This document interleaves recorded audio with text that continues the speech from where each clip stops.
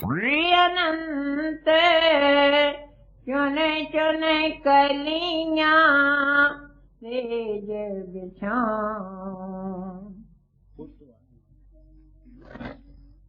मौज ले आए। पढ़ो शब्द क्या कहते हैं? कबीर का किताब पहले यही मोए घोटिया जर पे आई गुरु मोहे घोटिया जर पे आई जब से गुरु मोहे घोटिया पियाई जब से गुरु मोहे घोटिया पियाई भाई सोचत में थी दो चेताई। घोटिया से बना क्या?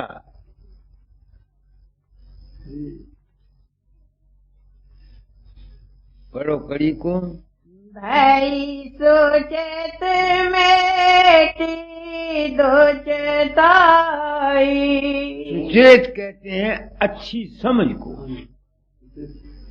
अच्छी समझ आ गई, दुचताई दो पना छूट गया।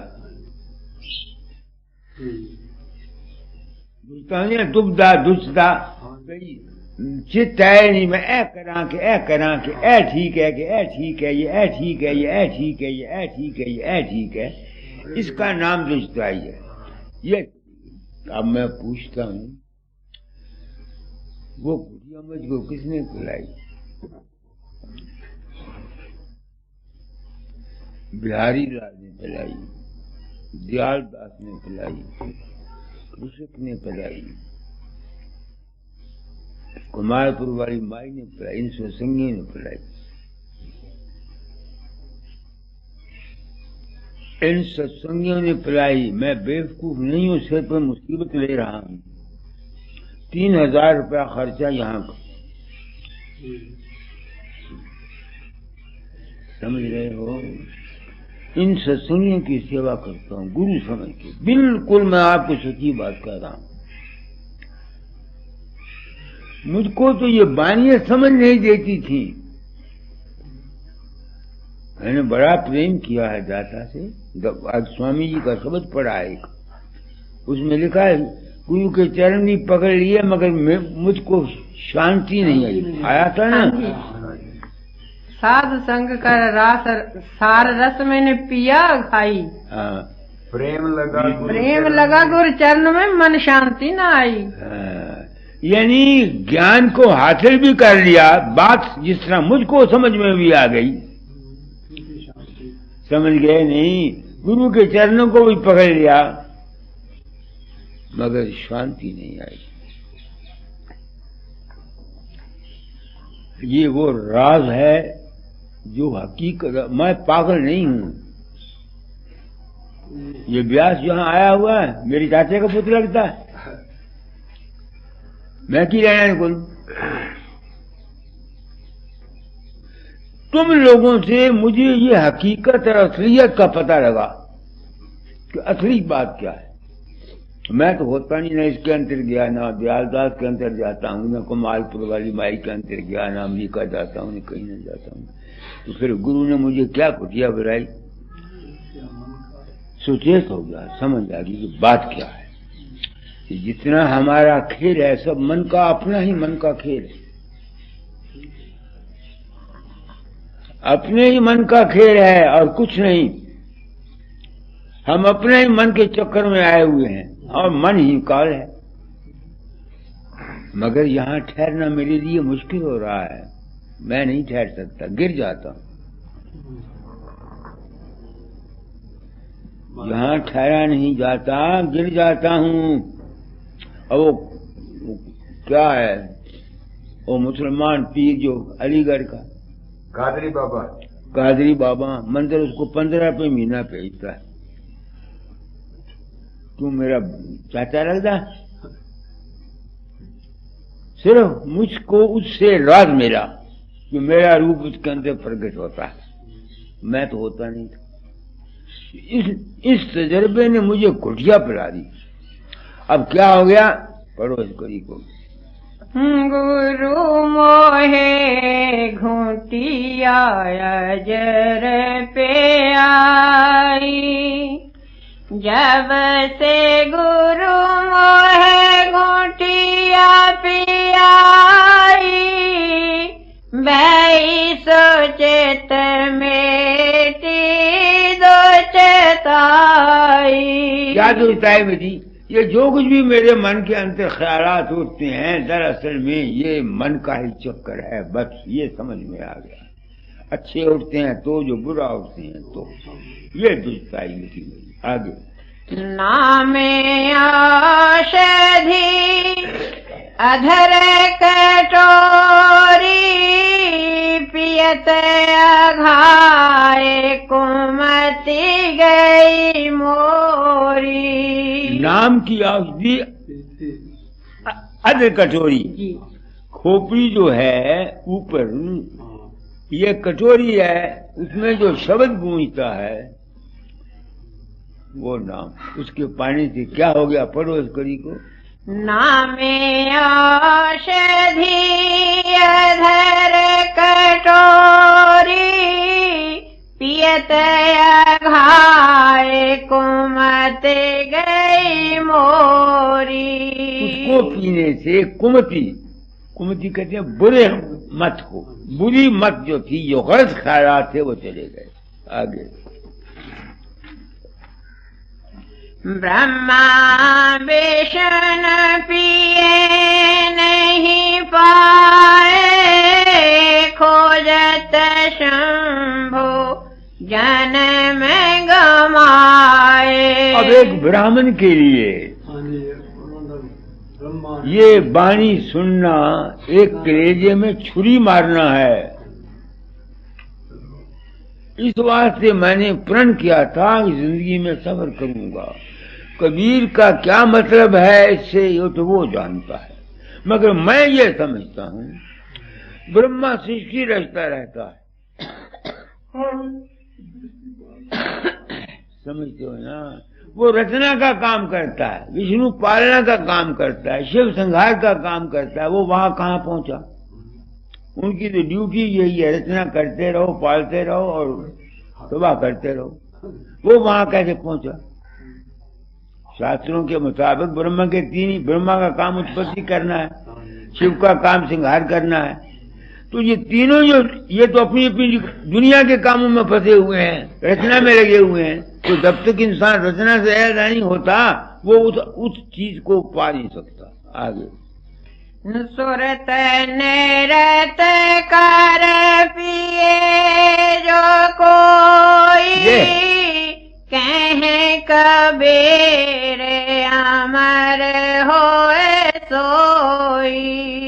यानी सुरत को, जिस्म के एहसासात को, मन के एहसासात को, आत्मा के एहसासात को, सच्चिदानंद को छोड़कर जो चीज तुम्हारे अंतर, मैं कहा करता हूँ, जो प्रकाश में रहती, प्रकाश को देखती है, शब्द में रहती, उसके साथ जब तक कोई अपने अंतर प्रेम से आगे नहीं जाएगा, वो उस रात में वासल नहीं हो सकता। यानी अपनी हस्ती की इंडिविजुअलिटी को खो नहीं सकता। आगे बस ये था मेरी जिंदगी का अनुभव। अब मैं चाहता हूँ दयालदास अगर आ जाए, जो सेवा मुझसे होगी करूंगा। गुरु का ऋण देना पड़ता है सब।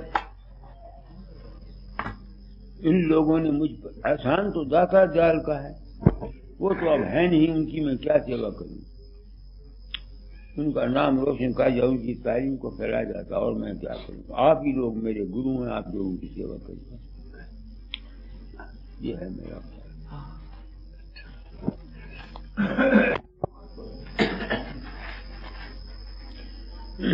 तो मैंने बहलाल से क्या लेना, ब्याज से क्या लेना, बहलाल से क्या लेना। अंदर टोकरा प्याज पलंग में निकले।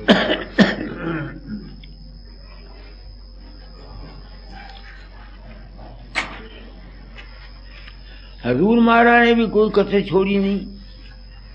वो लिखते हैं सात संग से मुझे रस मिल गया, सार मिल गया, मगर शांति नहीं आई। शांति तो दुनिया को सब कुछ छोड़ छाड़ने से मिलती। सब सत्संग मानवता मंदिर होशियारपुर 24/24/12/72 राधा स्वामी सहाय, राधा स्वामी सहाय। शब्द रूप स्वामी मंगला में अलख नाम अगम नाम नामी। मंगला में दीन बंधो दीनानाथ दाता। मंगला में अभेद भेद आनंद घन त्राता। महिमाय अनंत आदि अंत कौन गावे। भेद तेरा कौन जाने कौन कह सुनावे। संत भेष प्रगट जगत जीव को चेताया। काल कर्म फंद काट धुर ले पहुँचाया। प्रथम तात निज स्वरूप पद कमल नमामि। गाऊं ध्याऊं रात दिवस भजूं राधा स्वामी। प्रथम तात निज स्वरूप पद कमल नमामि। गाऊं ध्याऊं रात दिवस भजूं राधा स्वामी। मंगला में शब्द रूप शब्द रूप स्वामी। मंगला में अलख नाम अगम नाम नामी।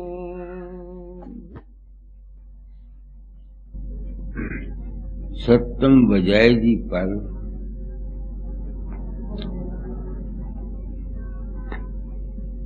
इस जिस्मानी जिंदगी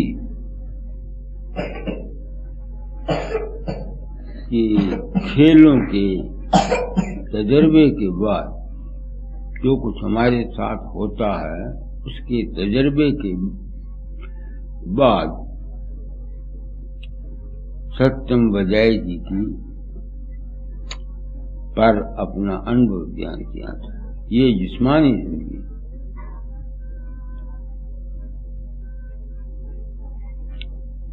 मैं सब्र कर रहा हूं, किसी मंजिल पर पहुंचना चाहता हूं,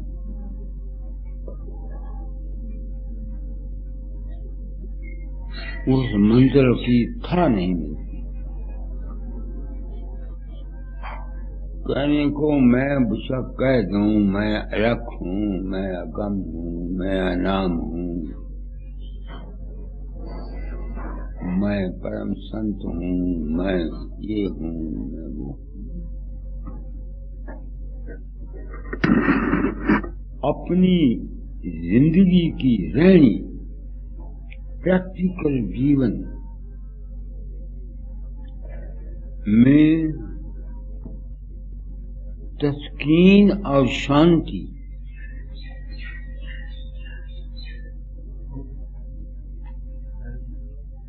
कैसे मिलती है, जिंदगी में सुख या आनंद कैसे ले सकते हैं,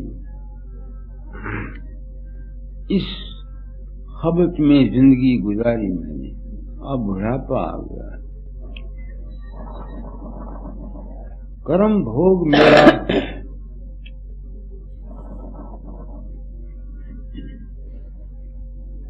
दाता दयाल ने कहा था तालीम बदल जाए।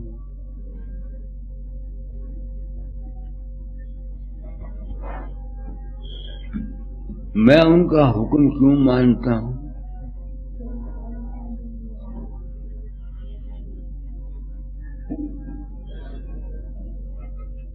सिर्फ इसलिए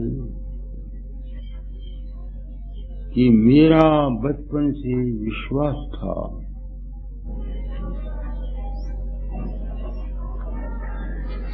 कि वो मालिक उस चोले में आया हुआ है।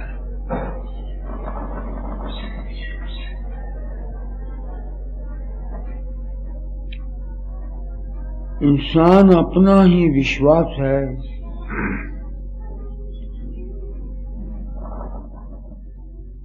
अपना ही कर्म है, अपनी ही नियत।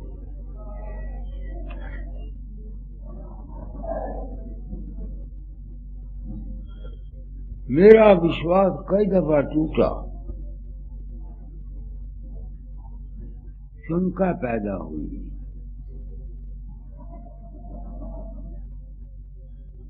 कि शायद ये मेरा भ्रम हो कि दाता दयाल माल के कुल ये अवतार।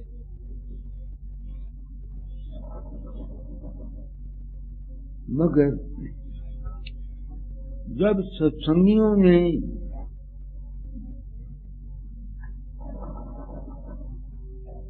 मुझ पर विश्वास रखकर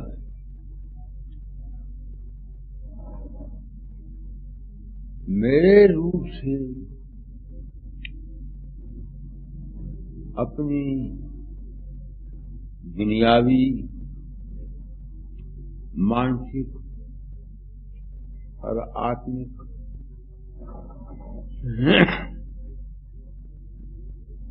तसल्ली ली,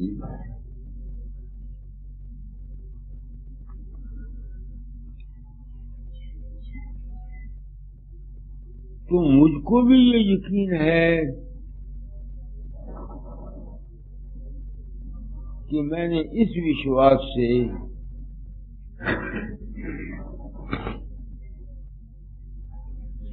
कि वो दाता जाल, वो मालिक तत्व, परम तत्व दाता जाल के रूप में है, अपने विश्वास से तसल्लियां ली, सिद्धियां शक्तियां ली। इसलिए मैं उनकी आज्ञा का पालन करता हुआ कि तालीम बदल जाना जाति अनुभव तजर्बा के आधार पर मैंने ये काम किया।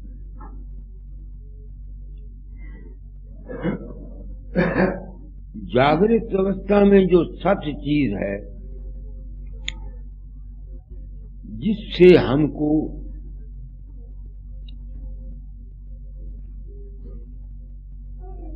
खुशहाली, सतगति, तस्कीन, हौसला मिलता है, वो मैंने कल ज्ञान किया।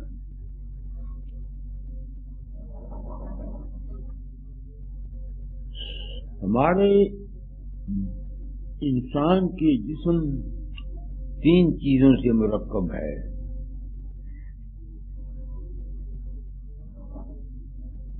जिस्म, मन और रूह,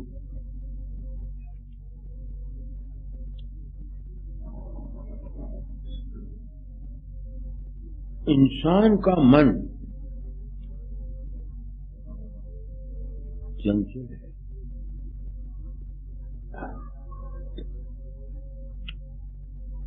एक दशा में नहीं रहता।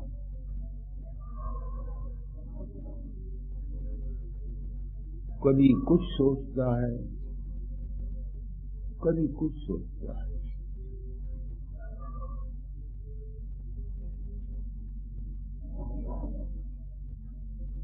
इसके अनेक प्रकार की सोचों, विचारों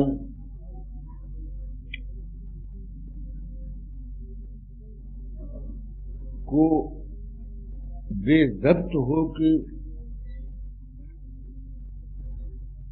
जो ये मन काम करता है, और जिससे हम अशांत और दुखी होते हैं,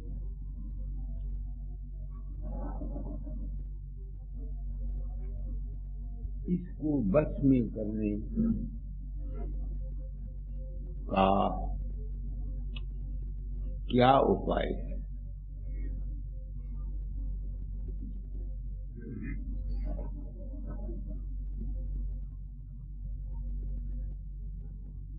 मेरे ख्याल में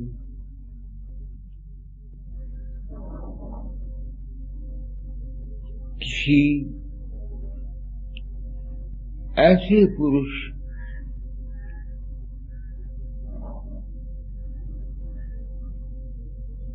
जो खुद अपने मन को जब्त में रख सकता हो,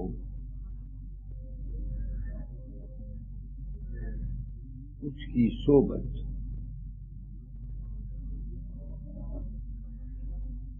दूसरे महीने में साधु या संत का सत्संग,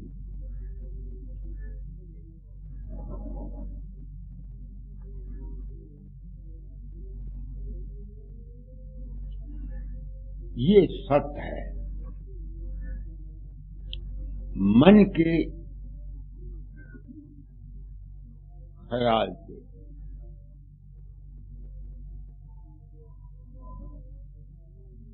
क्यों? ताकि विवेक, समझ मिलने पर इंसान अपने मन को गलत आशाएं, गलत ख्याल या कुमति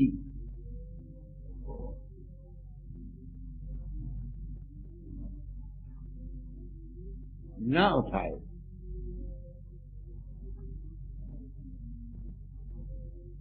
मगर मेरा अपना तजुर्बा ये कहता है कि संगत करते हुए भी ये मन एक आर्जी खुशी लेता है सत्संग में,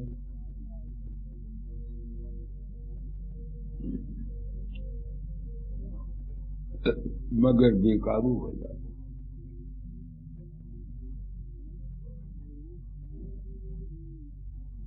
गलत सोचता है, गलत कर्म करता है,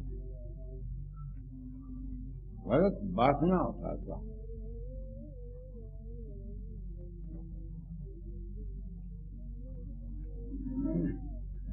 इसका इलाज ये है मेरे कि इंसान साधन करके मन को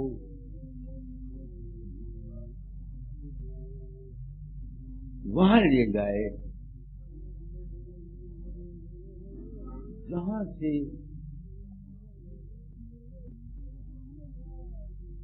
ये मन संकल्प करता है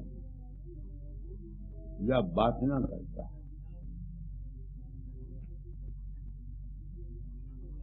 उस मुकाम का नाम मेरी समझ में ओम का बिंदु है।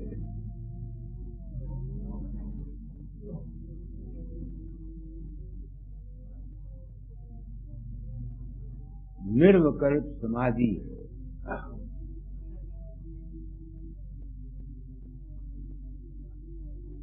या 10वां द्वार है।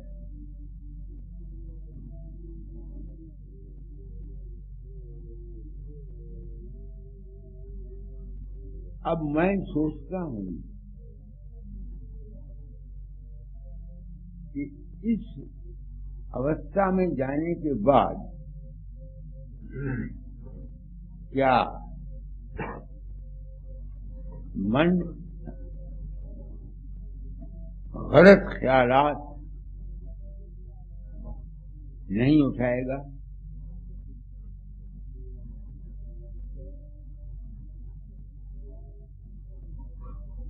तजर्बा मेरा बताता है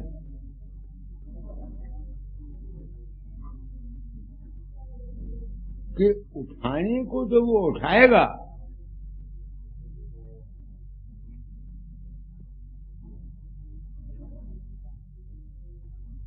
मगर अगर वो चाहे तो नहीं उठा सकता।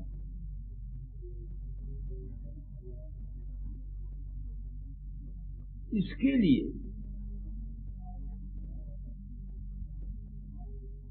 मन के चक्कर में सत्यम बजाय की क्या है?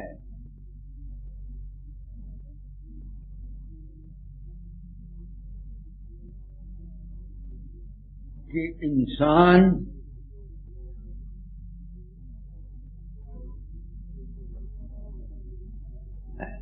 अपने गुरु या मुर्शिद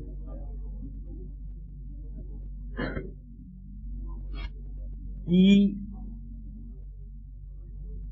हदायत और हुक्म का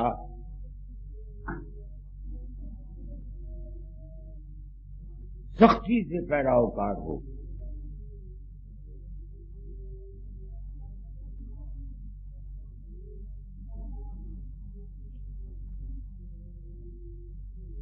हदायतें और हुक्म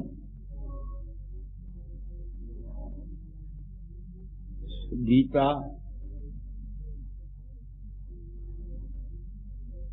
रामायण, कुरान शरीफ व दीगर मजहबी किताबें देती हैं।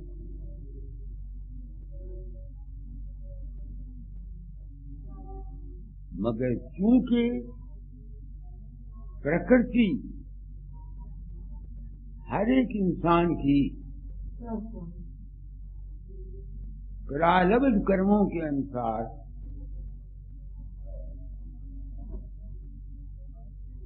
या मौजूदा वातावरण के मुताबिक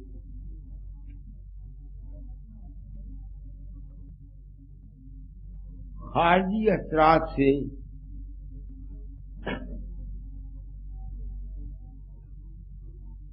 मुख्तलिफ होती है।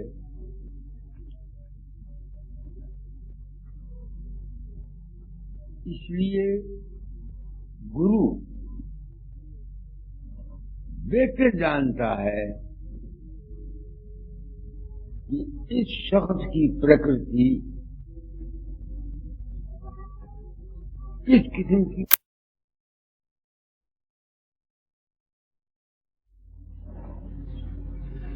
किस किस्म के विचारों को अपने अंतर प्रकट करे।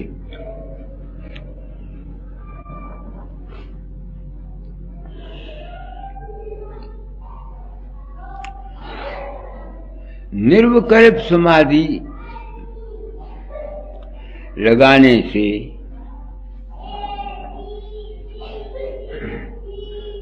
मन ताकतवर हो जाता है। विल पावर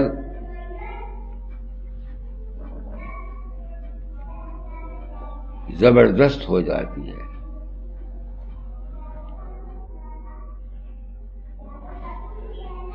इस ओम के मुकाम पर साधन करता हुआ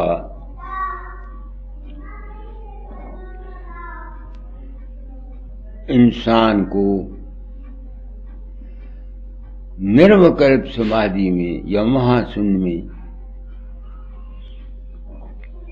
जाने का साधन लाजमी है। ये सत्य है, ऐसा करना चाहिए, ये मेरा अनुभव है। और गुरु की हदायत,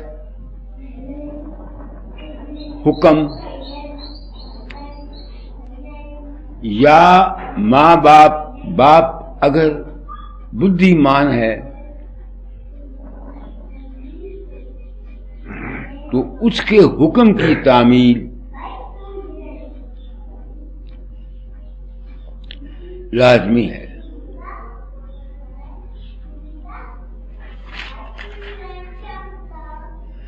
मेरी अपनी जिंदगी में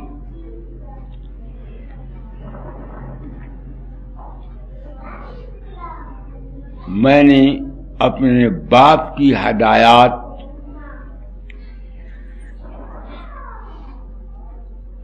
जो वो मुझको पेंशन पर घर जाते वक्त दे गए,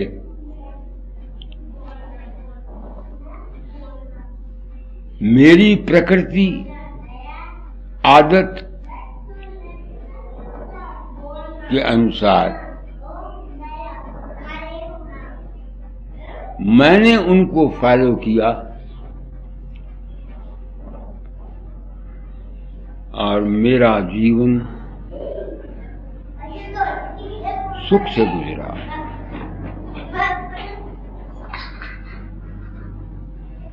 दाता दयाल के हुक्म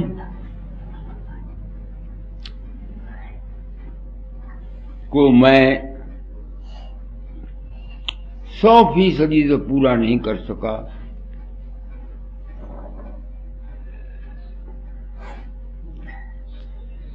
मगर बहुत कुछ मैंने किया,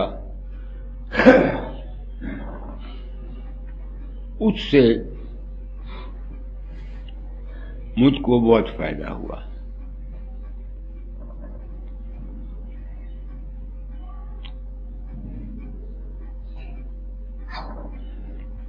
दूसरा पैरा, अब सवाल ये पैदा होता है कि हम महाशून्य में किस तरीके से जाएं।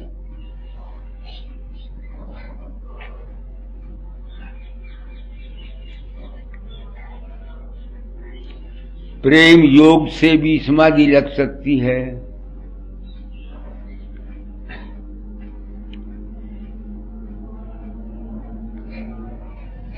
ज्ञान योग से भी लग सकती है, ज्ञान की बजाय विचार योग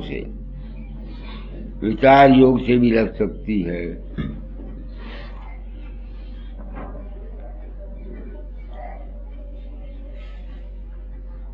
मगर असली समाधि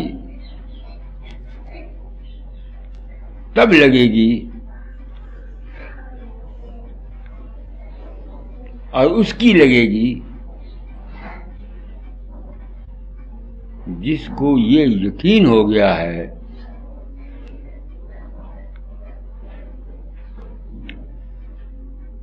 विचार से या दुनिया की ठोकें खाने से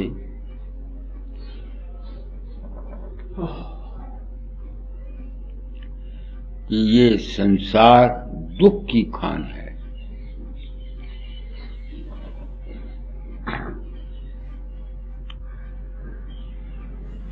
मिसाल जिंदा,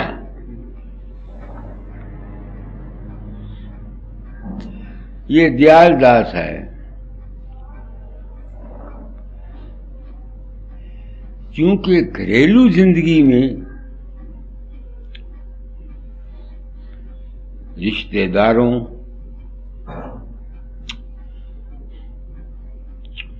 या दीगर सज्जनों से दुख हुआ,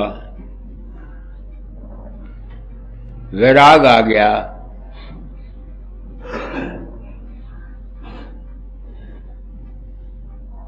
इत्तेफाक से कहीं मेरा सत्संग सुना,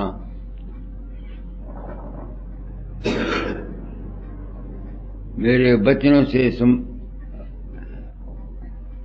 समाधि लगाने का इसने अनुभव कर यकीन कर लिया, ये साधन करता रहा, इसकी समाधि लग गई, निर्विकल्प समाधि में चला गया।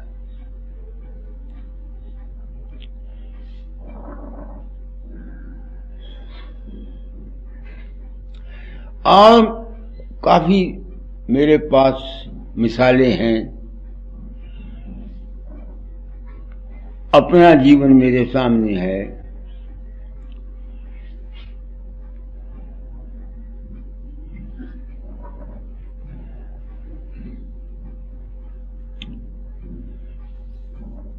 मेरी घड़त, मेरे मन की घड़त दाता ने मेरी प्रकृति के अनुसार की।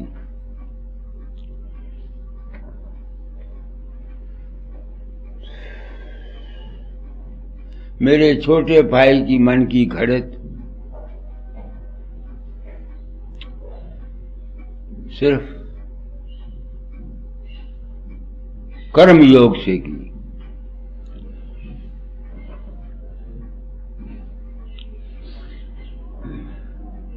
इसलिए एक ही रास्ता सब आदमियों के लिए हो नहीं सकता।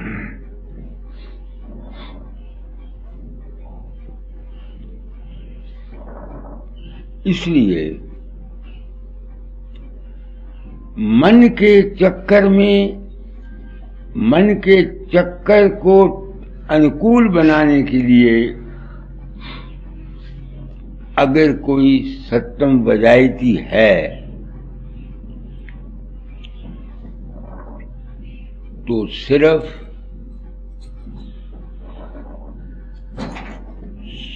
किसी कामिल पुरुष का सत्संग,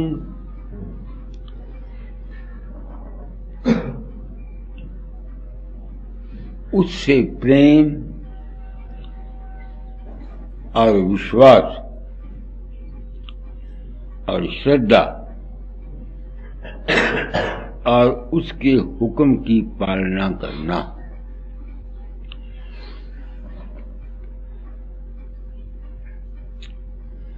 और जो तरीका वो निर्विकल्प समाधि में जाने के लिए कहे, उसको फॉलो किया जाए।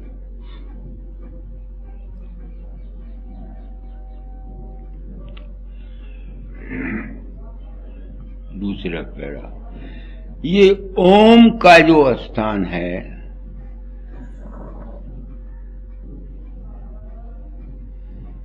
इससे 3 किस्म के संकल्प निकलते हैं।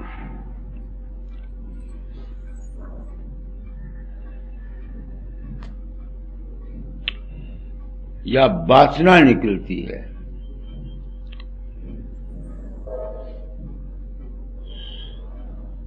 वासना का उत्पन्न होना ब्रह्मा है,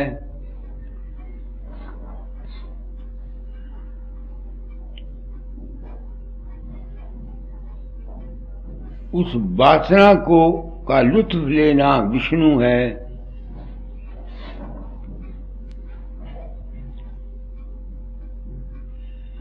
क्योंकि कुदरत का कानून है जो उपजे सो बिन से।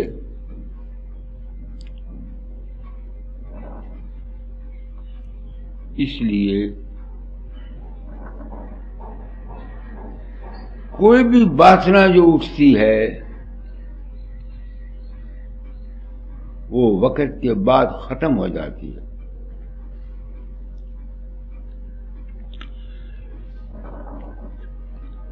इसका नाम है शिव, जो संहार करता है।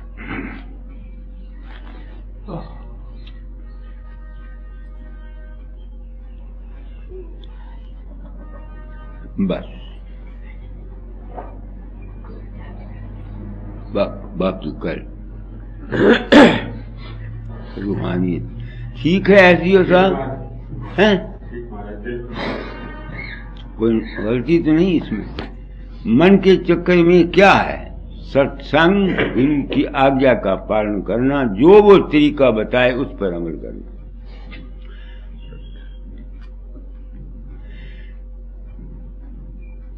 होगा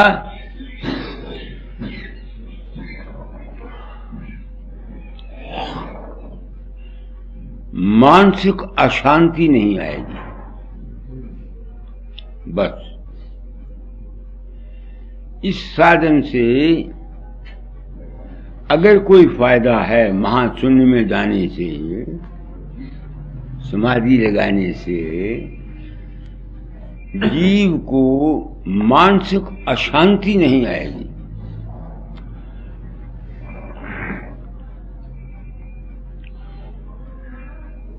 क्योंकि उसकी साधन से उसकी विल पावर स्ट्रांग होती है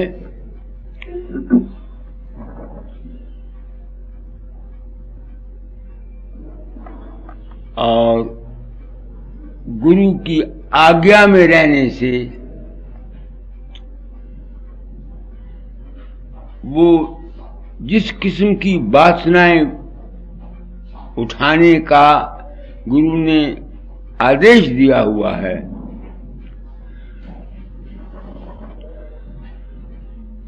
जो उसके लिए, जीव के लिए सुखदायक हों,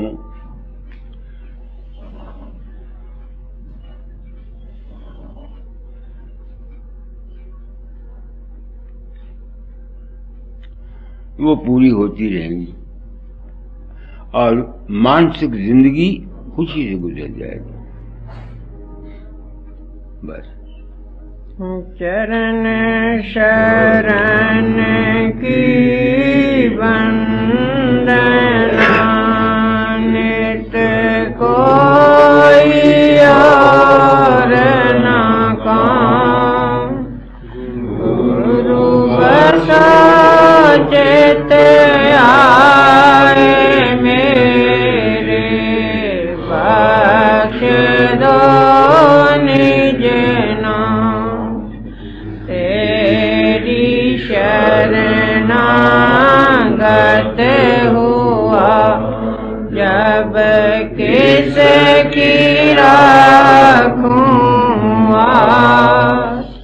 आस तो तेरी दया की, जग से रहूं उदास, रूप जाऊं नाम गाऊं, शब्द रामन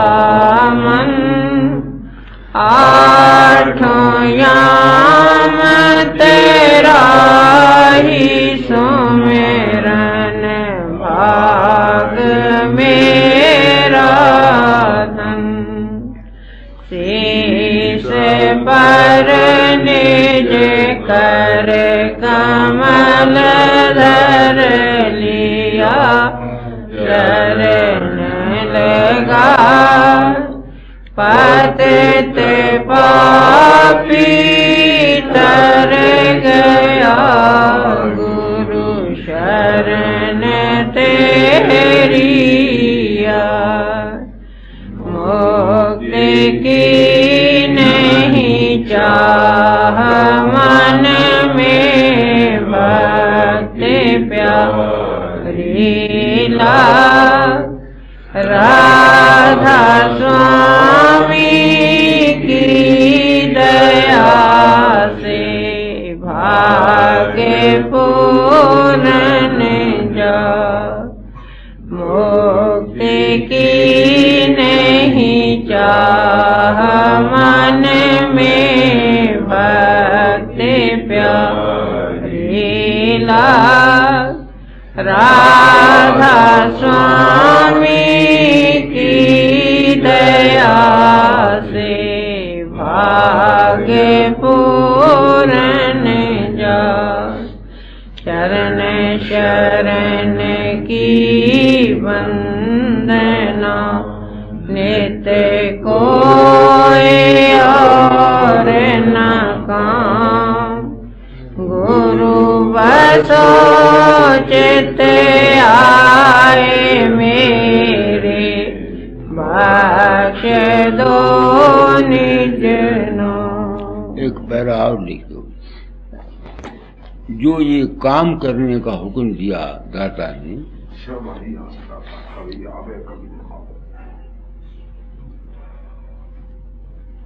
वो इसलिए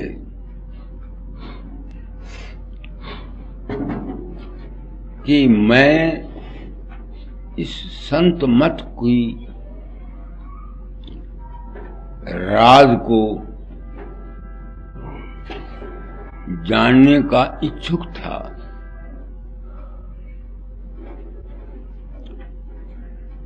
इसलिए उन्होंने ये सत्संग कराना या नामदान देना वगैरह का काम मेरे स्पुर्द किया था, ताकि अमली जिंदगी से मुझे इसकी बुजुर्गी और इसकी सत्यता का यकीन हो जाए।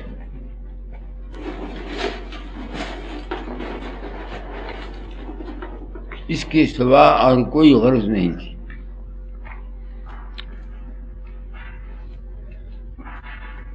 यही उन्होंने मुझे कहा था कि तुमको सच्चा ज्ञान देने वाला सद्गुरु सत्संगियों के रूप में मिलेगा।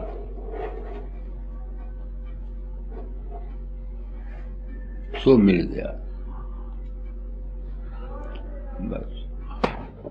सत्संग मानवता मंदिर होशियारपुर, तारीख 25 दिसंबर सन 1973। राधा स्वामी सहाय, राधा स्वामी सहाय। चलो भाई थोड़े स्वामी मंगल में अलख नाम अगम नाम नामी मंगल में दीन बंधो दीनानाथ दाता मंगल में अभेद भेद आनंद घन त्राता महिमायनंत आदि अंत कौन गावे भेद तेरा कौन जाने कौन कहे सुनावे। संत भेष प्रगट जगत जीव को चेताया। काल कर्म फंद काट धुरली पहुँचाया। प्रथम तात निज स्वरूप पद कमल नमामि। गाऊं ध्याऊं रात दिवस भजूं राधा स्वामी। बस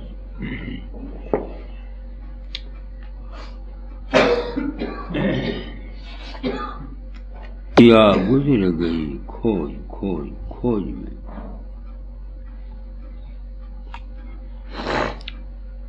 ये खोज भी मालूम होता है थी मौज मौज मौज में।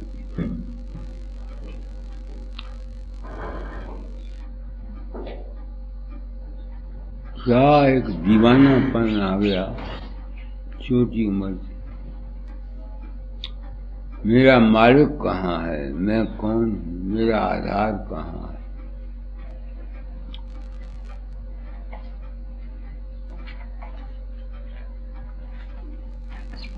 इस सिलसिले में दाता के चरणों में कुदरत ले गई, मौज ले गई, आप तो गया नहीं।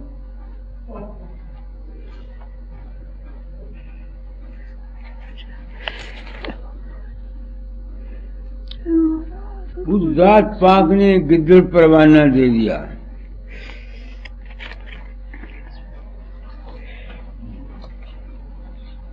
कहा था तालीम बदल जाना फकीर जन।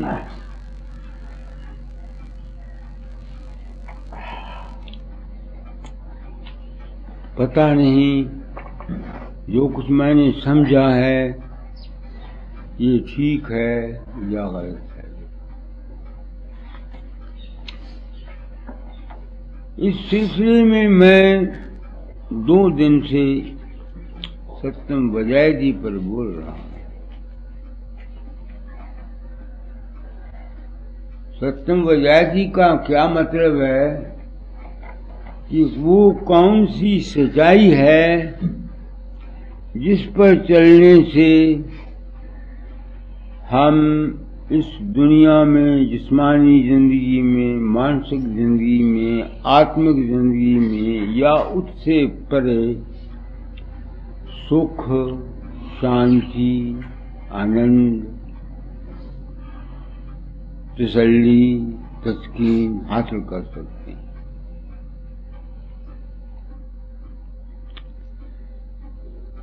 अक्ल मानती है कि ये जो हमारा इंसानी जिस्म है ये 3 चीजों से मुरक्कब है। एक जिस्म, मन और रूह। जिस्म स्थूल प्रकृति है, हुक्का लिया। मन सूक्ष्म प्रकृति है, रूह कारण प्रकृति है।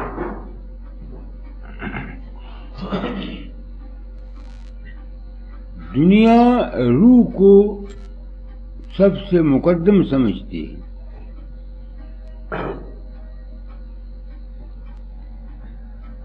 मैं उनके साथ मुखालफत नहीं करता। मैंने रूह को क्या समझा वो बता सकता। अव्वल तो इस रूह का मुझे पता ही नहीं लगता था। मैं तो मन के आनंद, मन की मस्ती, मन की खुशी में जो मस्ती मिलती थी उसी को रूह समझा करता था। मैंने बड़े बड़े आनंद लिए, नजारे देखे, मगर इन सत्संगियों का, आप लोगों का भला हो। जब आप लोगों ने कहा कि मेरा रूप नूरानी शक्ल में लोगों के अंतर प्रकट होता है, मगर मैं नहीं होता,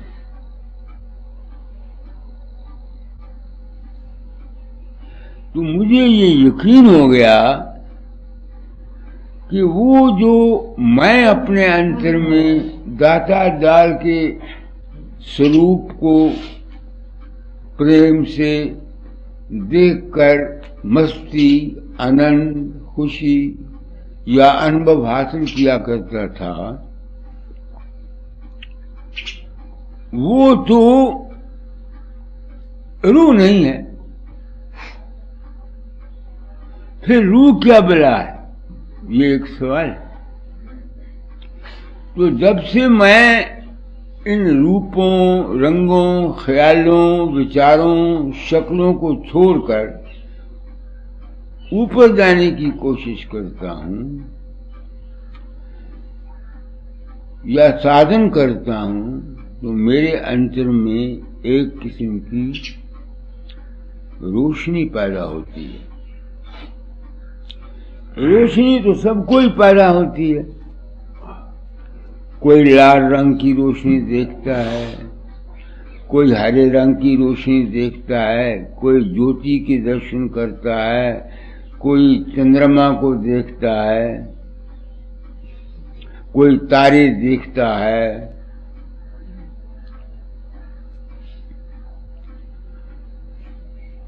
मगर सत्संगियों के तजर्बात से कि मैं किसी के अंदर नहीं जाता, वो कह रहा हूं भाई,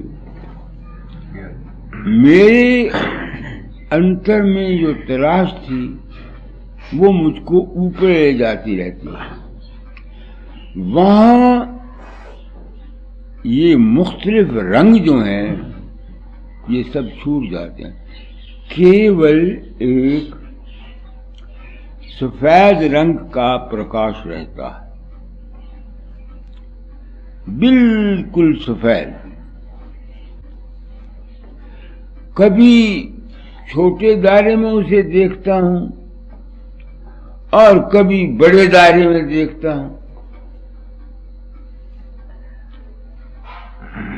तो मैं अब सोचता हूं कि रूह क्या है।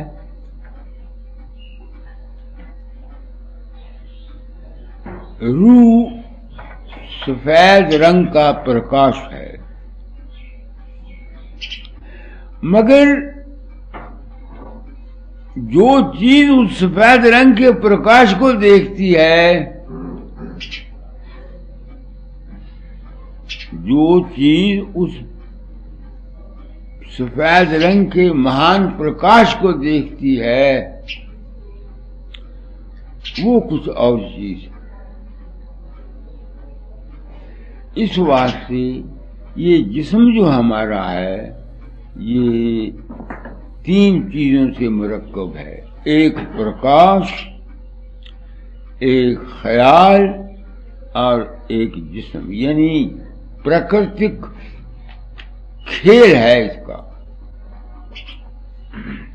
अब कई आदमी, मैं किसी को क्या कहूं, मेरे दिल में खुद शंकाएं पैदा होती रहती हैं। मेरे अंदर रोशनी होती रही है, अब तो नहीं होती, कम होती है। लाल रंग की रोशनी मैंने बहुत देखी, पीले रंग की रोशनी देखी, चांद देखे। वो क्या थे? वो है तो रूह ही, मगर रूह के ऊपर सूक्ष्म प्रकृति के खौल जो चढ़े हुए होते हैं, उन खौलों की वजह से जिस किस्म का, जितना बत्ती जल रही है, इसके ऊपर हरे रंग का कागज लगा दो, रोशनी हरी हो जाएगी। लाल रंग का कागज लगा दो, रोशनी लाल हो जाएगी।